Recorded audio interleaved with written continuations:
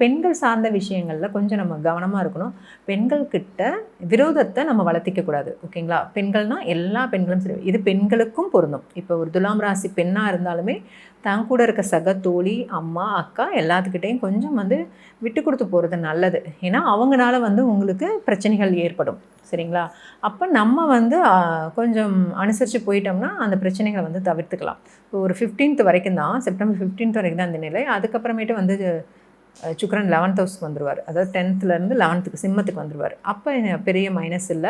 So எப்பவுமே பெண்கள நம்ம மனச கஷ்டப்படுத்தாம இருந்தாலே ரொம்ப ரொம்ப நல்ல விஷயம். ஸோ செல்ஃபிஷ்ஷாலாம் நான் இத சொல்லல. நானும் ஒரு பொண்ணுங்கிறதுக்காக. பொதுவாவே பெண்கள்ங்கிறதே நம்ம எப்படி சொல்றது? எப்படி கொண்டாடக்கூடிய ஒரு தன்மை பெண்ணுங்கிறது. அவ்வளோ ஒரு அற்புதமான படைப்பு. சரிங்களா?